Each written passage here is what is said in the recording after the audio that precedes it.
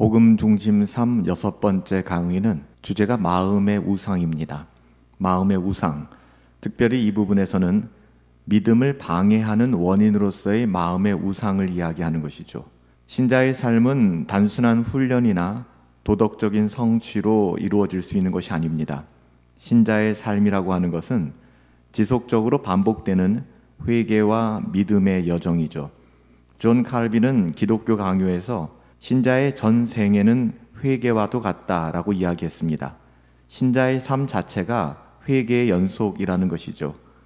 회개는 단지 죄를 고백하는 일에서 그치지 않고 삶의 방향을 하나님께로 돌이키는 근본적인 태도를 말하는 것입니다. 그리고 이 회개는 항상 믿음과 함께 자라게 되는 거예요. 지난 시간에 살펴봤던 회개와 믿음이라고 하는 것은 결국 분리될 수 있는 것이 아니죠. 그러니까 회개가 방향을 틀게 만든다면 믿음은 그 방향을 따라 지속적으로 걷게 만드는 원동력이 되는 것입니다. 예수님께서도 요한복음 6장 28절부터 29절에 보면 제자들이 질문을 하는데 그 질문에 대하여 이렇게 답하십니다. 그들이 묻되 우리가 어떻게 하여야 하나님의 일을 하오리까? 제자들의 관심은 어떻게 무엇을 해야 되는가에 이렇게 생각이 연결되어 있었습니다. 하지만 예수님께서는 이렇게 말씀하셨죠. 하나님께서 보내신 일을 믿는 것이, 제자들은 어떻게 하여야, 그들의 행위의 어떠함을 이야기했지만 예수님께서는 믿음을 이야기합니다. 하나님께서 보내신 일을 믿는 것이 하나님의 일이니라. 사람들은 하나님을 기쁘시게 하려면 무엇을 해야 합니까? 이렇게 묻습니다. 그러나 예수님의 대답은 우리의 상식을 뒤집어 놓죠. 하나님께서 보내신 일을 믿는 것, 그러니까 예수 그리스도를 믿는 믿음이 곧 하나님의 일이다 라고 말씀하셨습니다. 신앙생활은 더 많은 일을 하는 것이 아니에요. 하나님께서 이미 하신 그 일을 붙잡는 것입니다. 믿음으로 붙잡는 것이죠. 다시 말하면 신앙생활은 우리의 어떠함을 증명하거나 우리의 어떠함을 드러내는 데에서 이루어지는 것이 아니라는 것입니다. 하나님이 하신 그 일을 붙잡는 것이고요. 은혜를 의지하는 것입니다. 은혜 자체가 받을 자격이 없는 우리들에게 거저 주신 거잖아요. 우리의 어떠함으로 우리의 신앙생활은 증명될 수 없는 것입니다. 하나님이 이미 하신 일들을 붙잡는 거예요. 우리는 자주 이렇게 생각합니다. 신앙생활을 하며 기도를 더 많이 해야, 성경을 더 많이 읽어야, 봉사도 더 많이 하고 헌금도 더 많이 해야, 이러한 열심 자체가 너무 귀한 일입니다. 너무 소중한 일이에요. 하지만 그 동기가 중요합니다. 내가 이만큼 했으니 나는 좀 더 나은 신자일 거야, 비교적 나는 좀 더 좋은 신자일 거야 라고 생각한다면 이미 그 마음이 복음의 중심에서부터 벗어나 있는 것입니다. 성경은 성화의 원동력을 믿음이라고 가르치고 있습니다. 갈라디아서 3장 3절에 보면 너희가 성령으로 시작하였는데 어떻게 이제는 육체로 그 일을 마치려고 하느냐라고 이야기합니다. 우리의 삶이, 신자됨이 성령으로 시작하여 하나님의 은혜로 시작된 것인데 어떻게 우리의 어떠함을 통하여 육체로 마치려고 하느냐라고 이야기하는 것이죠. 기도를 더 많이 한다고, 성경을 더 많이 읽는다고, 봉사를 더 많이 한다고 해서 우리가 하나님께 더 많이 인정받고 더 좋은 신자가 되는 것은 아니에요. 우리가 오히려 이렇게 성화의 삶을 살아가는 그 원동력은 믿음이라는 것이죠. 성화가 조건이 되는 것이 아니라, 구원의 조건이 되는 것이 아니라 성화가 구원의 결과물로서 믿음을 통하여 드러나는 열매다라고 이야기하는 것입니다. 그래서 갈라디아 교회를 향하여 너희가 성령으로 시작하였는데 이제는 육체로 마치겠느냐, 사도 바울이 이렇게 묻고 있는 거예요. 우리는 복음을 믿음으로 구원받았습니다. 그리고 동일하게 우리는 복음을 믿음으로 성장해 가는 것이죠. 처음부터 끝까지 믿음으로 사는 삶, 여러분 이것이 신자의 삶의 방식입니다. 회개는 죄로부터 돌이키고요, 믿음은 하나님을 향하여 돌아가는 것입니다. 회개 없는 믿음이라는 것은 있을 수 없고 믿음 없는 회개도 불가능하죠. 참된 회개는 믿음을 향하여 나아가게 되어 있고요, 참된 믿음은 죄를 미워하며 회개로 이어지게 되는 것입니다. 이 연결고리가 끊어지지 않는 거예요. 그래서 예수님께서 이 땅 가운데 오셨을 때 마가복음 1장 15절에서 때가 찼고 하나님의 나라가 가까이 왔으니 뭐하라고 하셨죠? 회개하고 복음을 믿으라 말씀하셨습니다. 예수님은 복음 사역의 시작에서 회개와 믿음을 함께 선포하셨습니다. 복음 안에서 이 둘은 분리될 수 없어요. 늘 항상 함께 가는 동반자인 것입니다. 그렇다면 우리가 두 번째, 왜 우리의 믿음은 자라지 않는 것일까요? 외적인 죄보다 더 깊은 문제를 성찰해 볼 필요가 있습니다. 죄는 단지 겉으로 드러나는 문제가 아니라는 것이죠. 많은 신자들이 믿음이 자라지 않는 이유를 고민하곤 합니다. 하지만 우리의 믿음이 자라지 않는 이유는 단순하게 우리가 죄를 자주 짓기 때문에 그것만은 아닙니다. 그렇게 생각하기 쉬운데요. 물론 죄는 영적인 성장을 방해합니다. 그러나 겉으로 드러난 죄 자체만 문제를 삼는다면 우리는 더 근본적인 문제, 죄의 뿌리를 놓치게 될 것입니다. 겉으로 드러나는 죄의 증상 중요하죠. 하지만 이것만 알고 넘어가면 안 됩니다. 그 근본이 중요한데요. 그 근본에는 마음의 우상이 자리 잡고 있다는 거예요. 그래서 이번 과에서는 마음의 우상이라는 문제를 다루고 있는데 특별히 이것이 믿음을 방해한다는 것이죠. 믿음을 흔들어 놓는다는 것입니다. 예를 들어 생각해 볼까요? 거짓말을 한다고 생각해 보십시다. 거짓말을 한다. 거짓말 자체는 나쁜 일이지만 그 뿌리를 들여다보면 거짓말 그 이면에 사람들에게 인정받고 싶은 욕구, 또한 나의 불이익을 피하고 싶은 욕구, 이런 두려움과 욕망이 내재되어 있는 거예요. 그래서 거짓말 하지 말아라. 그러니까 이 거짓말이라는 문제를 우리가 대면할 때 이 거짓말을 발생시키는 원인이 무엇인가를 살펴볼 필요가 있다는 것이죠. 이것이 이번 과에서 우리가 눈여겨볼 마음의 우상의 문제인 것입니다. 이러한 욕망이 바로 하나님보다 더 우리를 신뢰하게 만드는 우상에 불과하다는 것을 우리는 파악할 수 있어야 됩니다. 거짓말이라는 이런 현상적인 문제, 여기뿐만 아니라 더 들어가서 왜 거짓말을 하게 되는가? 우리 마음속에 우상의 문제가 해결되지 않았기 때문에 이로 말미암아 거짓말이 발생하게 된다는 것이죠. 종교개혁자 마르틴 루터는 이렇게 말했습니다. 모든 죄, 이 땅에 존재하는 모든 죄는 10계명의 제 첫 번째 계명을 어긴 것이다. 너는 나 외에 다른 신들을 내게 두지 말라. 출애굽기 20장 3절 말씀이죠. 즉 모든 죄의 본질은 하나님보다 더 신뢰하고 의지하는 대상을 만드는 것입니다. 이것이 바로 우상숭배예요. 로마서 1장 25절에 보면 이는 그들이 하나님의 진리를 거짓 것으로 바꾸어 피조물을 조물주보다 더 경배하고 섬김이라 라고 말씀합니다. 우리는 겉으로 하나님을 믿는다고 말하지만 실제의 삶의 현장 속에서는 돈이라든지 사람들에게 인정받는 것이라든지 육신의 안전함이라든지 세속적 쾌락 아니면 자녀의 문제, 자아 성취 이걸 더 많이 의지하고 이게 없으면 이 문제가 해결되지 않으면 불안해하는 것이죠. 두려워하는 것이죠. 바로 그거예요. 이것이 바로 믿음의 성장을 막는 핵심입니다. 그래서 우리가 마음의 우상의 문제를 다루고 있는 거예요. 믿음이 자라지 않는 이유는 죄를 반복해서 짓는 것 단순하게 그렇게 넘기면 안 되고요. 마음의 중심에서 하나님이 아닌 것을 의지하고 믿고 있기 때문입니다. 마음의 우상은 거짓 구원자에 불과합니다. 우리를 구원하는 것 같으나 우리를 결코 구원할 수 없는 것이죠. 우리가 우상을 생각할 때 단순한 금상이나 돌상을 우상으로 생각하기 쉬워요. 하지만 이것만이 우상은 아닙니다. 오늘날을 살아가는 사람들에게 우상은 보통 하나님 없이도 나를 만족시켜주는 것들, 하나님이 없이도 내가 만족할 수 있는 것들, 여러분 당장에 이런 것들이 나를 지켜주고 만족시켜주며 나의 삶에 의미를 부여해 주는 것 같지만 실제로는 그렇지 않아요. 우리를 더욱더 불안하게 만들고 하나님으로부터 멀어지게 만듭니다. 에스겔서 14장 3절에 보니까 이 사람들이 그들의 우상을 마음에 들이며 그 죄악의 걸림돌을 자기 앞에 두었으니, 에스겔 선지자가 무엇을 지적하는 거예요? 우리들이 마음에 우상을 새기게 될 때 그 우상은 반드시 우리를 죄악으로 인도하게 될 것이고 그것은 우리의 걸림돌이 될 것이다 라고 얘기해요.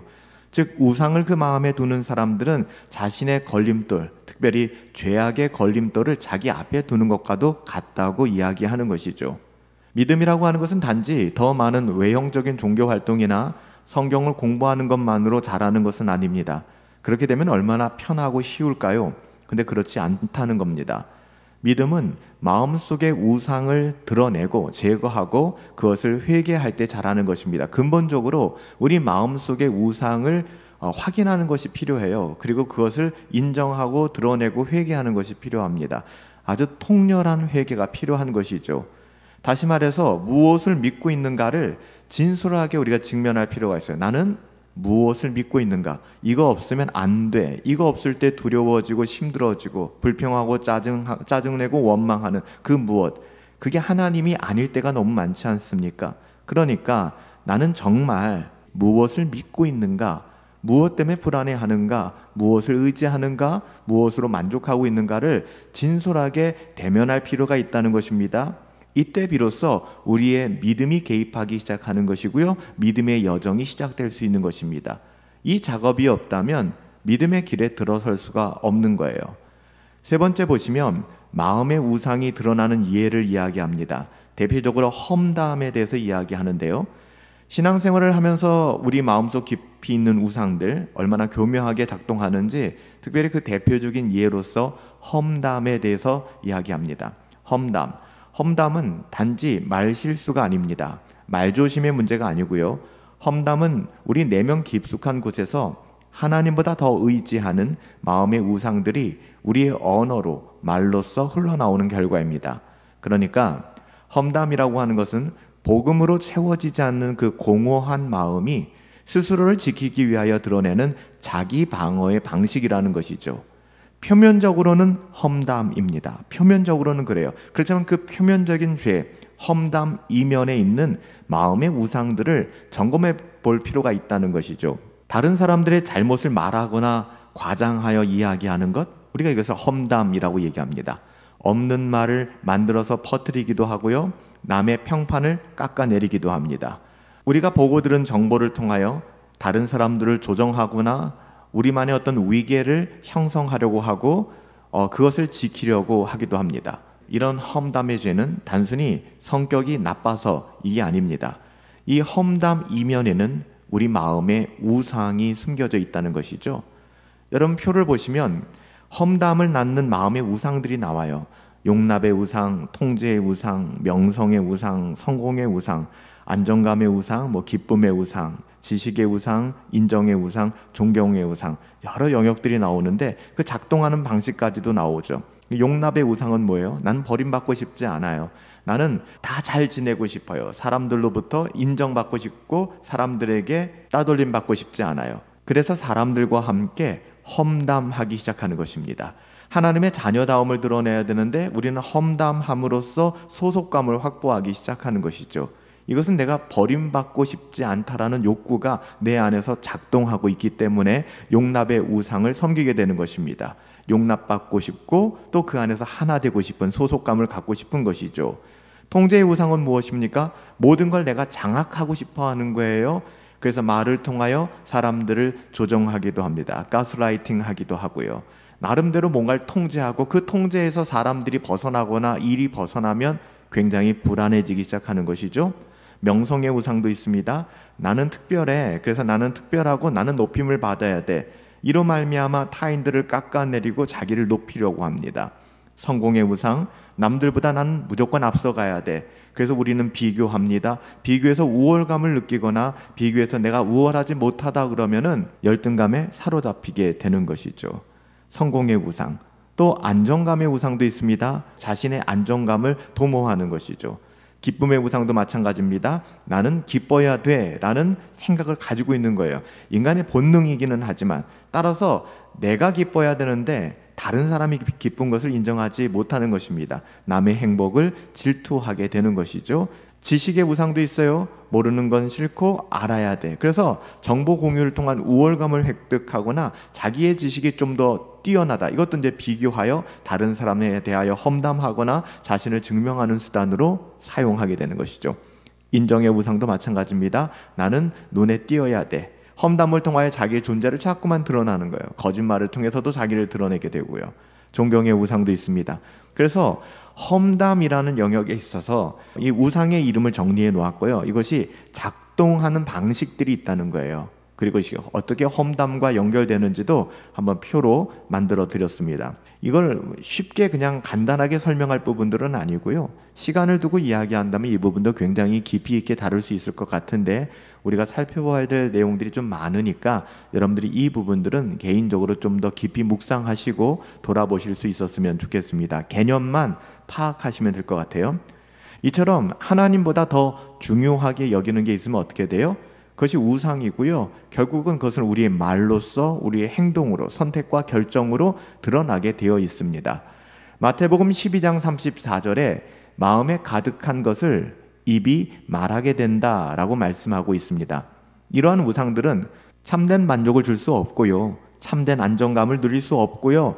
인정받을 수 없는 것이죠. 우리는 하나님 안에서 얻어야 될 안전함 그리고 사랑, 존귀를 험담이라는 방식으로 자꾸만 얻어내려고 합니다. 그러니까 자꾸만 우리는 하나님의 자녀인데 그렇지 않은 우리의 언어 생활이나 우리가 선택하고 결정하는 삶의 자리를 바라보면서 끝없이 하나님의 거룩하심과 나의 어떠함의 간극을 느낄 수밖에 없는 거예요. 마음의 우상의 문제를 전혀 해결하지 못한 채 표면적으로 드러나는 현상적인 문제에 집착할 때 결국 이 문제를 해결할 수가 없게 되는 것이죠.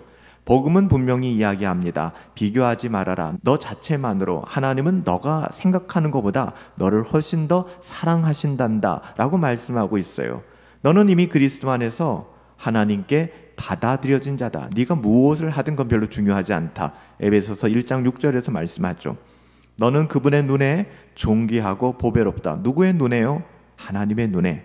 우리의 어떠함으로는 만족하지 못해서 우리를 꾸미고 위선하며 자기 의를 드러낼지 모르겠지만 너는 하나님의 눈에 너무나도 존귀하고 보배롭단다. 이사야서 43장 4절 말씀이죠. 베드로전서 5장 6절 말씀에 보면 내가 스스로 높이지 않아도 하나님이 때에 따라서 너를 높여주실 거야 라고 말씀하고 있습니다.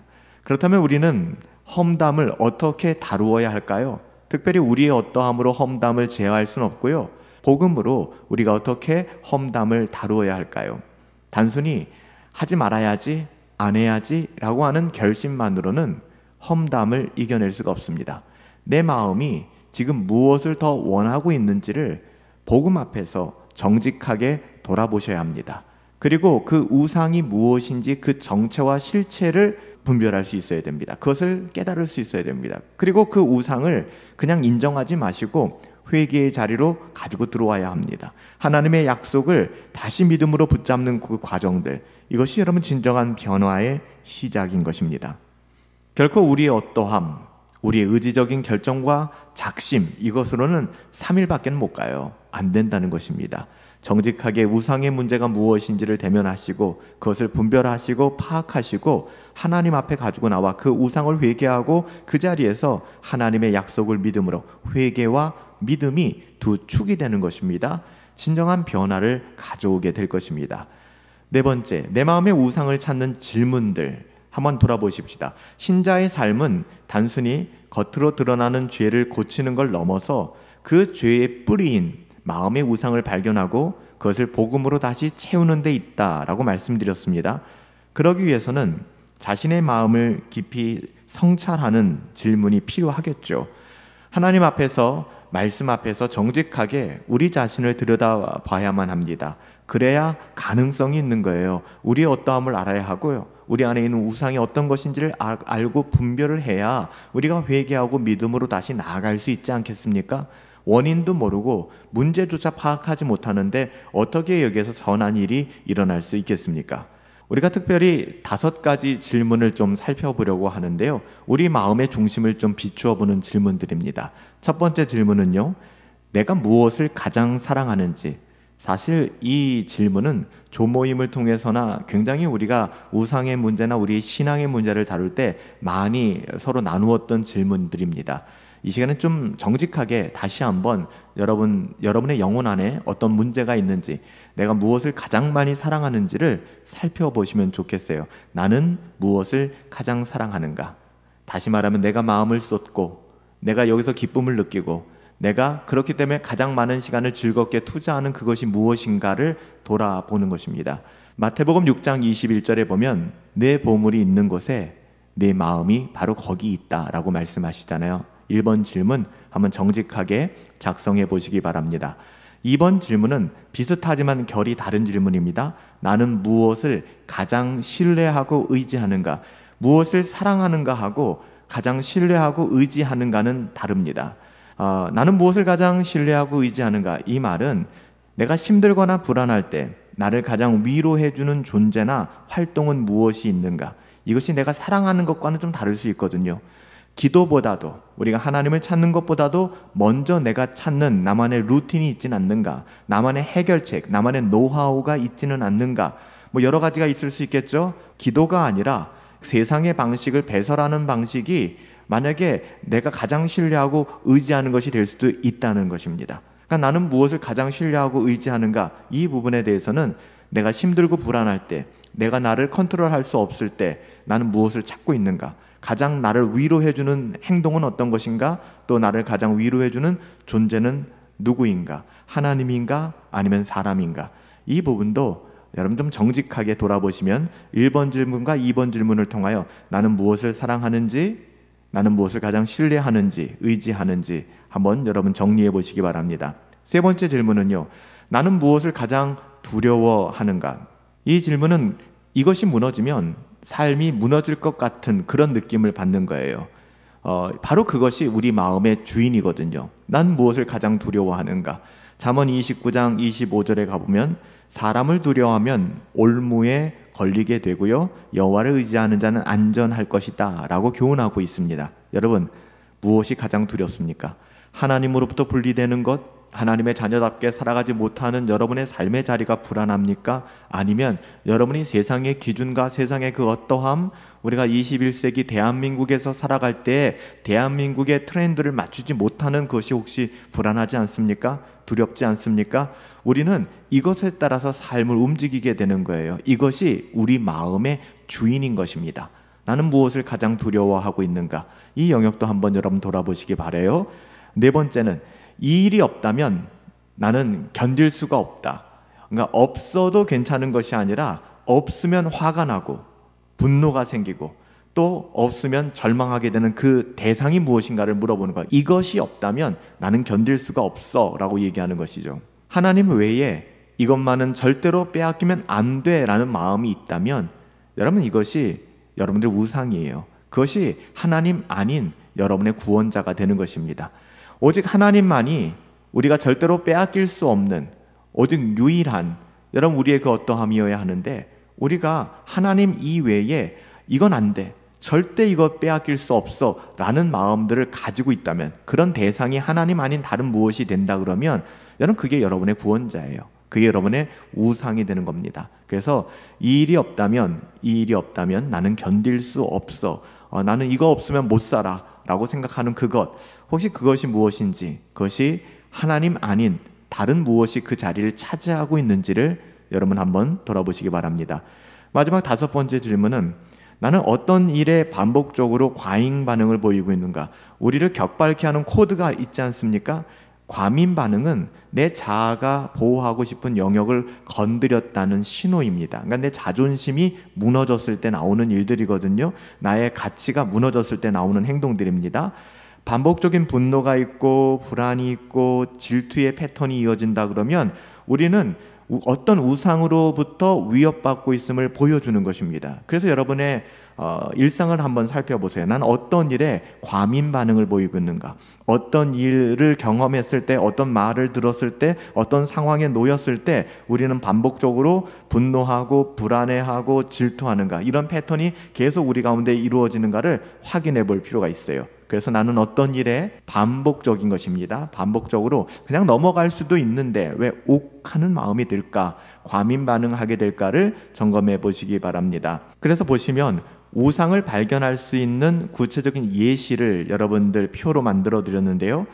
두려움과 집착의 대상이죠. 그러니까 독신에 대한 두려움도 있을 수 있고, 가난에 대한 두려움, 통제의 욕구도 있고요. 사람에게 무시당하는 것, 성공하지 못할까 두려워하기도 합니다. 외로움을 두려워하기도 하죠. 그리고 삶이 재미없음. 그러니까 삶은 재미있어야 된다고 생각하니까 힘들어지기 시작하는 거예요. 여기서 어떤 우상들이 드러나게 될까요? 독신에 대한 두려움은 연애와 결혼이라는 것에 우상을 섬기기 좋습니다. 여기에 최적화되는 것이죠. 그래서 연애와 결혼이 하나님으로부터 우리를 멀어지게 만드는 거예요. 참 아쉬운 대목이죠. 가난에 대한 두려움은 어떻습니까? 가난에 대한 두려움이 있기 때문에 재정적인 것, 또 재정적인 안정감을 지나치게 추구하는 거예요. 자족함이 없게 됩니다. 통제의 욕구는 무엇입니까? 자꾸 무엇인가를 계획하고 규칙을 세우게 됩니다. 사람에게 무시당하기 싫은, 또 무시당하는 것에 대한 두려움이 있는 사람들은 인정과 존경을 받기 위해서 부단히 애쓰게 됩니다.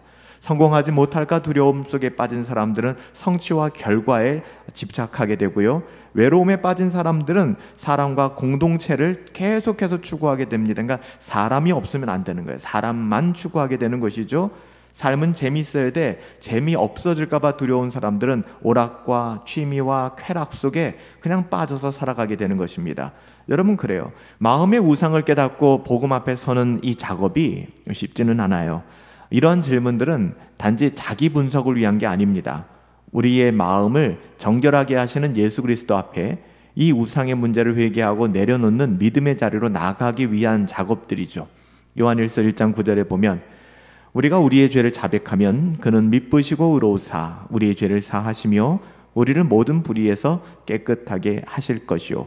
누가복음 21장 34절에서도 너희는 스스로 조심하라. 그렇지 않으면 너희 마음이 술 취함과 방탕함과 생활의 염려로 둔하여질 것이다.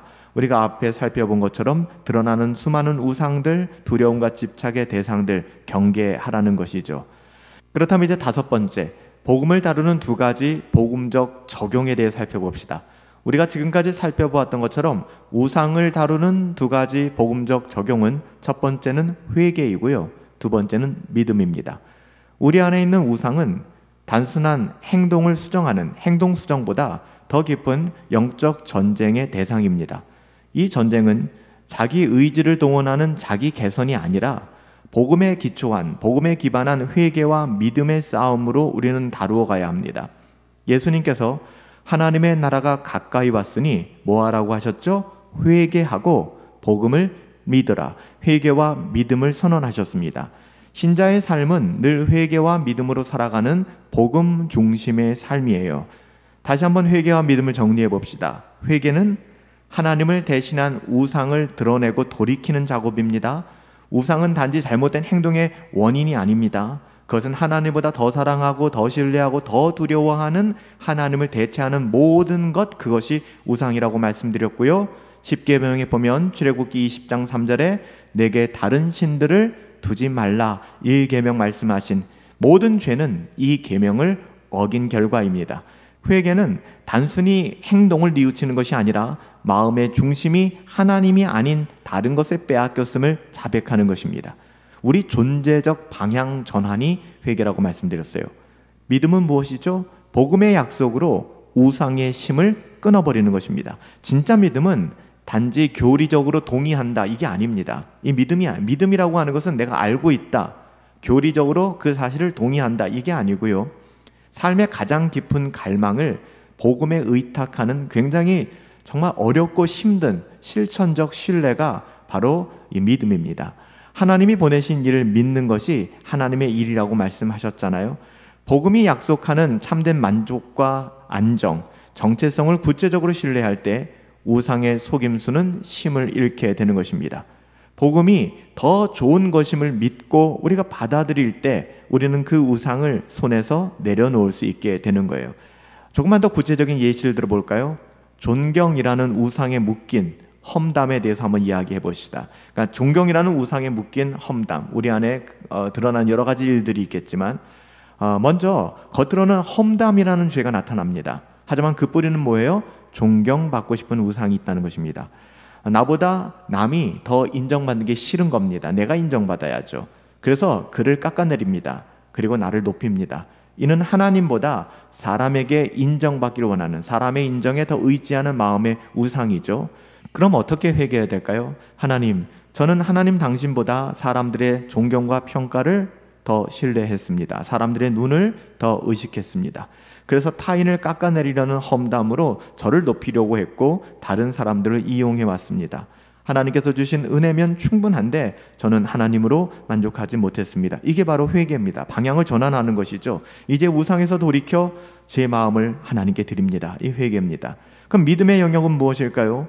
빌립보서 2장 5절부터 11절, 예수님의 어떠하심을 소환해야 합니다. 예수님이 가장 높임을 받은 분이셨지만 스스로 낮아져 종의 형체를 입고 죽기까지 순종하셨잖아요. 하나님 앞에서 우리가 이 사실을 인정하고 믿음으로써 그 겸손한 주님을 따르며 사람의 평가보다 하나님의 영광을 더 사랑할 수 있게 되는 것입니다. 예수님이 걸어가신 그 길을 따라가게 되는데 무엇으로 가능하다고요? 믿음으로 가능해지는 것입니다. 회개는 방향을 전환하는 것이라면 믿음은 이제는 방향을 바꿔서 그 길을 걸어가게 만드는 것입니다. 6번째, 실천적인 부분을 살펴봅시다. 복음을 마음에 적용하는 4가지 단계를 이야기하고 있는데요. 하나님은 단지 우리의 행동이 아니라 마음의 중심을 원하십니다. 복음은 단지 죄를 용서하는 것으로 그치지 않고 우리의 마음 전체를 새롭게 하고 변화시키는 능력입니다. 하지만 이 변화는 자연스럽게 저절로 일어나는 과정은 절대 아니에요. 우리가 의도적으로 복음을 마음에 적용하는 훈련을 해야만 합니다. 우리는 타락한 본성을 가지고 있기 때문에 자연스럽게 경건을 추구할 수 없어요. 우리는 경건의 훈련이 필요하고요. 의도적으로 복음을 마음에 적용하는 훈련이 필요합니다. 그때 성령께서 그 중심을 바꾸어 주실 거예요. 첫 번째는 외적으로 드러나는 죄를 관찰할 필요가 있습니다. 우선 반복되거나 강하게 드러나는 외적인 죄의 패턴을 주의 깊게 살펴볼 필요가 있습니다. 하나님은 우리의 행동을 통해 마음속 깊은 문제를 드러내시는 경우가 많거든요. 예를 들면 나는 험담을 자주 하고 있지는 않는가? 나는 조급해하고 있지는 않는가? 나는 소비 중독, 뭔가에 중독되어 있지 않는가? 아니면 나는 거절당하는 것에 대한 과도한 반응을 가지고 있지는 않는가? 마태복음 15장 18절에 보시면 마음에서 나오는 것이 사람을 더럽게 한다고 했습니다. 이런 마음에서 나오는 생각들이 우리 안에 가득 차다 그러면 결국 우리의 삶이 정결할 수가 없는 것입니다. 단순히 하지 말자, 험담하지 말자, 우리가 조급해하지 말자가 아니라 왜 이것이 반복되어지는가를 묻는 것이 굉장히 중요합니다. 두 번째는 이 죄의 이면의 우상을 식별할 필요가 있습니다. 현상적인 죄에만 매여 있지 말라는 것이죠. 외적인 죄는 내면의 우상이 만들어낸 그냥 열매에 불과합니다. 문제는 내면의 우상이에요. 진짜 싸움은 행동이 아니라 그 행동을 낫게 만드는 우상의 정체를 밝히는 데 있습니다. 반복되는 죄의 동기와 감정의 반응을 통해 우리는 우상을 찾아가야만 합니다. 난 무엇을 두려워하고 있지? 무엇을 잃을까 봐 불안해하고 있나? 성경은 이렇게 얘기합니다. 잠언 4장 23절에 내 마음을 지키라. 마음 지키라는 거예요. 생명의 근원이 여기에서 난다라고 말씀하고 있어요. 여러분, 외형적인 죄, 드러난 죄 중요합니다. 하지만 그 죄를 격발시킨 우상을 식별할 수 있어야 우리가 참된 회개와 믿음으로 나갈 수 있는 것입니다. 세 번째, 그 우상을 무너뜨리신 예수님을 예배해야만 합니다. 복음은 단지 분석의 도구가 아니라 우리를 변화시키는 능력인데요. 우상은 이론이 아니라 참된 예배로 깨트릴 수 있습니다. 선으로 악을 이겨야만 하는 것입니다. 그 선함의 하이라이트는 예배입니다. 그래서 참된 예배로 우리는 우상을 물리칠 수 있는 것입니다. 우리가 우상을 분별한다고 해서 우상이 떠나가지 않아요. 우리가 어두움에서 벗어날 수 있는 유일한 길은 빛 가운데 거하는 것입니다. 우리가 우상 숭배에서 벗어날 수 있는 유일한 길은 참된 예배를 회복하는 것입니다. 예수님이 그 우상을 대신하여 어떤 일을 하셨는가를 깊이 묵상하고 상고하는 일이에요. 예를 들면 존경의 우상들 같은 경우는 어떻게 할까요? 예수님은 스스로 낮추셨단 말이에요. 그 낮추심으로 말미암아 하나님께 진정한 영광을 받으셨잖아요. 예배는 예수님의 마음을 다시 한번 닮아가는 것입니다. 예수님의 마음의 중심에 우리가 들어가는 거예요. 그렇기 때문에 존경의 우상은 우리가 이 세상에서 사람들로 말미암아 존경받으려고 수많은 죄악들 가운데 노출되는 것이 아니라 예수님이 이 땅에서 어떻게 존경받으셨는가, 하나님께 인정받으셨는가를 우리가 깨닫고 믿음으로 나갈 수 있게 되는 것이죠. 여러분, 크고자 하는 자는 남을 섬기라고 하였습니다. 이것이 우리 주님께서 말씀하여 주신 믿음의 여정이거든요. 예수님이 걸어가신 그 길 스스로 낮추셨지만 성부 하나님께서 영광을 받으셨고 높여주셨어요. 여러분, 이렇게 우리가 예배를 통하여 우상을 무너뜨려 나가야 됩니다. 예수님을 기억하는 것이죠. 예수님을 닮아가는 것이고, 네 번째, 복음의 약속으로 마음을 새롭게 하라. 우상을 내려놓은 자리에는 반드시 복음의 진리가 채워져야 합니다. 만약에 우리가 우상의 자리를 내려놓고 그냥 복음을 받아들이지 않은 상태에 머물고 있다 그러면 12귀신이 우리의 영혼을 강탈하게 될 것입니다. 그렇기 때문에 우상을 내려놓은 자리에는 반드시 복음의 진리가 채워져야만 합니다. 복음은 단지 과거의 구원이 아니잖아요. 지금 이 순간 마음을 새롭게 하는 능력입니다. 이것이 복음의 능력이죠. 이러한 약속들을 우리는 날마다 묵상하고 선포하는 삶을 살아가야만 합니다. 우리가 이 세대를 본받지 말고 오직 마음을 새롭게 함으로 변화를 받아 하나님의 선하시고 기뻐하시고 온전하신 뜻이 무엇인지 분별해야 되지 않겠습니까? 복음의 약속을 기억하고 마음을 새롭게 하십시오. 마지막 다섯 번째는 공동체적인 실천이 중요합니다. 이 네 단계는 혼자 하기가 쉽지 않다는 거예요. 우리가 첫째 단계부터 네 단계까지 살펴보지 않았습니까? 첫 번째 단계는 외적으로 드러난 죄를 관찰하는 것, 그리고 그 죄의 이면의 우상을 식별하는 것, 그 우상을 무너뜨리신 예수님 예배하는 것, 그리고 복음의 약속으로 마음을 새롭게 하는 것. 이거 혼자서는 어렵습니다. 그렇기 때문에 우리가 공동체 안에서, 우리는 자기 얼굴을 보지 못하거든요. 서로의 눈이 되어줘야 합니다. 서로 격려해 주어야 되고 서로 권면해 주어야 됩니다. 그래서 우리에게는 신뢰할 수 있는 모임이 필요합니다. 공동체가 필요합니다. 영적인 멘토가 필요합니다. 그래서 교회가 있는 것이고요, 그리고 목사가 있는 것입니다. 목사와 교회 안에서 이 부분들을 여러분 충분히 교제하시고 나누실 수 있어야 돼요. 야고보서 5장 16절에 그러므로 너희의 죄를 서로 고백하며 병 낫기를 위하여 서로 기도하라. 정죄가 아니라 복음 안에서 서로 회복시키는 공동체가 필요하다는 것이죠. 그래서 복음의 적용 4단계를 여러분 좀 살펴보셔서 어떻게 적용해 나갈 것인가, 복음을 좀 여러분 적용해 보시면 좋겠습니다. 결론입니다. 믿음은 하나님의 일입니다. 예수님께서 대답하여 이르시되 하나님께서 보내신 이를 믿는 것이 하나님의 일이라 하셨습니다.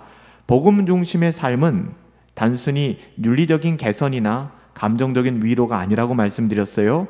우리의 존재와 삶 전체를 회개와 믿음으로 새롭게 하는 하나님의 역사를 경험하는 것입니다. 그래서 복음 중심의 삶은 두 가지 뭐예요? 회개와 믿음의 여정. 여러분 이 문구는 외워두세요. 복음 중심의 삶은 뭐라고요? 회개와 믿음의 여정입니다. 회개는 단지 행동을 수정하거나 고치는 것이 아니라고 말씀드렸습니다. 우리 마음을 지배하고 있었던 거짓 하나님, 거짓 신, 우상을 깨트리는 것입니다. 믿음이라고 하는 것은 단지 어떤 사실에 동의하는 게 아니라고 했습니다. 복음의 능력, 곧 예수 그리스도를 나의 전부로 의지하고 받아들이는 삶의 태도입니다. 신자의 싸움은 잃어버린 마음을 되찾는 싸움이에요. 신앙생활의 진정한 전쟁터는 외적인 환경이 아니라 내 마음의 중심입니다. 내 마음의 중심이 치열한 전쟁터인 것이죠. 그 마음을 빼앗으려는 수많은 우상들과 싸우고 그 마음을 다시 예수님께로 돌이키는 것이 성화의 과정이고 우리의 매일의 부르심입니다. 모든 지각에 뛰어난 하나님의 평강이 그리스도 예수 안에서 너희 마음과 생각을 지키시리라 바울은 이렇게 축복하고 있어요. 모든 생각을 사로잡아 그리스도에게 복종하게 하나니 사도 바울은 고린도 후서 10장 5절에서 이야기하죠. 결국 그래요. 믿음은 내가 해내는 일이 아니라 하나님이 하시는 일입니다. 믿음은 내 안에서 스스로 만들어내는 감정이나 결단 따위가 아닙니다. 예수님 말씀하셨어요. 하나님께서 보내신 일을 믿는 것, 그것이 하나님의 일이라. 믿음은 하나님의 말씀을 통해 내 안에 성령께서 창조하시는 반응입니다. 그러므로 우리는 자기 자신에게 소망을 찾아서는 안 됩니다. 복음을 통해 일하시는 하나님의 은혜를 더욱 의지하며 살아가야 될 것입니다. 여러분, 우리가 회개와 믿음을 통하여 믿음의 본질이 무엇인지, 또한 신자의 부르심이 무엇인지를 살펴보았습니다. 내 마음의 중심에 있는 우상들. 그래서 오늘 육과의 주제는 마음의 우상이었고요. 이 마음의 우상을 어떤 측면에서 우리가 접근한 거예요? 믿음을 방해하는 원인입니다. 이 마음의 우상들로 말미암아 수많은 죄악들이 등장하지만 그 내면은 마음의 우상이라는 것이고요. 이것은 믿음을 철저히 방해하고 약화시킨다는 것입니다. 살아계신 아버지 하나님, 복음 중심의 삶을 기대하며 회개와 믿음을 통하여, 그렇지만 우리의 믿음을 약화시키는 것은 마음의 우상이라는 것을 발견하게 되었습니다. 눈으로 보이는 드러난 죄의 어떠함이 아니라 그 근본, 마음의 우상의 문제를 우리가 정직하게 다가가게 하시고 회개하며 믿음으로 돌이켜 나아갈 수 있도록 은혜 베풀어 주시옵소서. 복음 중심의 삶, 우리가 어렴풋하게 누리는 것이 아니라 깊이 있게 누리고 실천할 수 있기를 소원하옵고 예수님의 이름으로 기도하옵나이다. 아멘.